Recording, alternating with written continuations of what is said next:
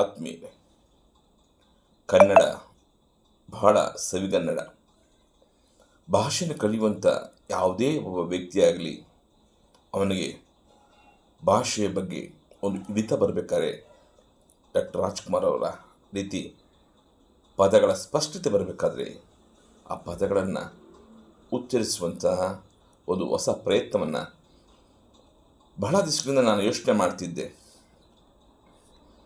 ಯಾಕೆ ನಮ್ಮ ಅಕ್ಷರಮಾಲೆಯನ್ನು ಮತ್ತೊಮ್ಮೆ ಸವಿವರವಾಗಿ ನಿಧಾನವಾಗಿ ಕಲಿತ್ರೆ ಅದು ನಮ್ಮ ತಲೆಯಲ್ಲಿ ಉಳ್ಕೊಂಡ್ಬಿಡುತ್ತೆ.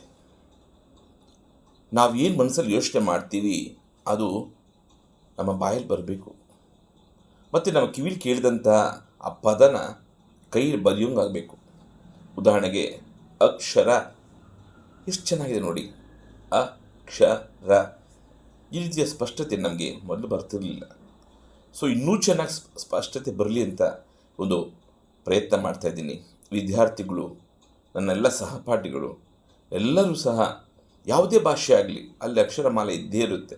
ನಮ್ಮ ಕನ್ನಡ ಅಕ್ಷರಮಾಲೆ ಮಾತ್ರ ಬಿಡಿ, ಅದ್ರ ಬಗ್ಗೆ ಹೇಳಿದ್ರಲ್ಲ, ಕನ್ನಡ ಏನೇ ಕುಣಿದಾಡುವುದೆನ್ನದೇ ಅಂತ. ಸೊ ಅದಕ್ಕೆ ನಾವು ಕುಣಿತ ಈ ಒಂದು ಅಕ್ಷರಾಭ್ಯಾಸವನ್ನು ಪ್ರಾರಂಭ ಮಾಡೋಣ.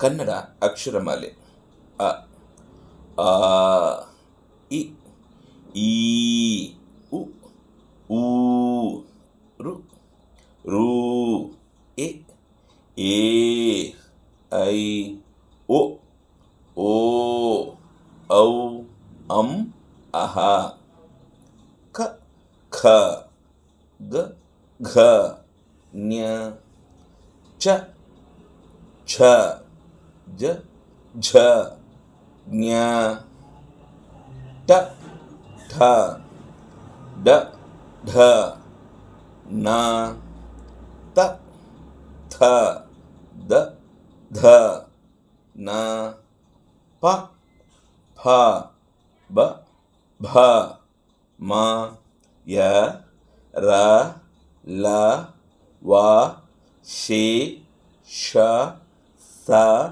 ಹ, ಳ, ಕ್ಷ. ಎಷ್ಟು ಚೆನ್ನಾಗಿದ್ದೀರಿ ನಿಜವಾಗೂ. ನಮ್ಮನ್ನು 1ನೇ ತರಗತಿಯಲ್ಲಿ ಆ 1ನೇ ತರಗತಿಯ ಟೀಚರು ಹಾಗೆ ಹೇಳ್ಕೊಡ್ತಾಯಿದ್ರು ರಾಗವಾಗಿ. ಎಷ್ಟು ಚೆನ್ನಾಗಿ ಮರದಲ್ಲಿ ಮಾಡಿದ ಚೆಲುವಿನ ಗೊಂಬೆ ನನ್ನ 1ನೇ ಕ್ಲಾಸಿನ ಪದ್ಯ ಈಗಲೂ ಜ್ಞಾಪಕ ಇದೆ. ಇವನೇ ನೋಡು ಅನ್ನದಾತ, ಒಲದಿ ದುಡಿಮೆ ದುಡಿವನು, ನಾಡ ಜನರ ಬದುಕಲೆಂದು ದವಸ ಧಾನ್ಯ ಬೆಳೆವನು. ನೋಡಿ, ನಾನಿದು 3ನೇ ಕ್ಲಾಸಲ್ಲಿದ್ದಂಥ ಅನ್ನದಾತ ಎಂಬ ಪದ್ಯ. ಸೊ ಈ ರೀತಿಯ ಕಲಿಕೆಯ ಒಂದು ಆಸಕ್ತಿ ಮನುಷ್ಯನ ಹಳೆಯ ನೆನಪುಗಳನ್ನು, ಆ ಸ್ಪಷ್ಟತೆಯನ್ನು ತಂದು ಕೊಟ್ಬಿಡುತ್ತೆ. ಮತ್ತು ಇನ್ನೊಂದು ನೋಡಿ, ಅಮ್ಮ ಅಮ್ಮ ಅಮ್ಮ ಅಮ್ಮ ಅಮ್ಮ ಅಮ್ಮ. ನೋಡಿ, ಅಮ್ಮ ಅನ್ನೋ ಬಾದ್ಮಿಗಳು ಎಷ್ಟು ಚೆನ್ನಾಗಿದೆ. ಮತ್ತು ಅಪ್ಪ ಅಪ್ಪ ಅಪ್ಪ ಅಪ್ಪ ಅಪ್ಪ ಅಪ್ಪ.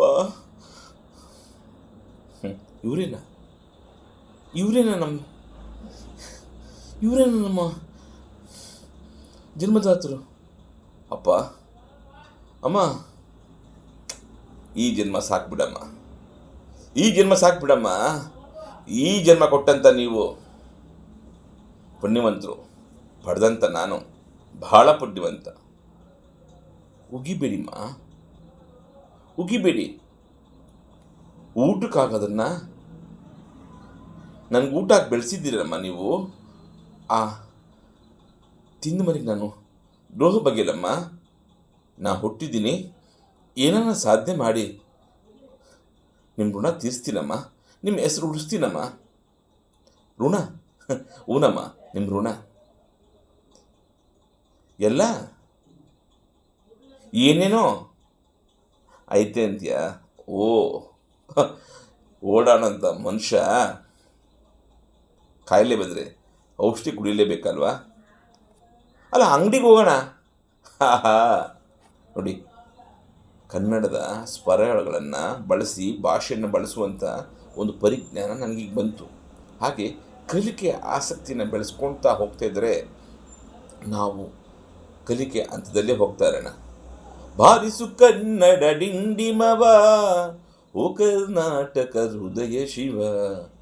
ಬಾರಿಸು ಬಾರಿಸು ಬಾರಿಸು ಕನ್ನಡ ಡಿಂಡಿಮವ ಅಂತ ಹೇಳ್ತಾ ಇವತ್ತಿನ ಈ ಒಂದು ಸಣ್ಣ ವಿಡಿಯೋ ನಿಮ್ಗೆ ಇಷ್ಟ ಆಗಿದ್ರೆ ಲೈಕ್ ಮಾಡಿ, ಶೇರ್ ಮಾಡಿ.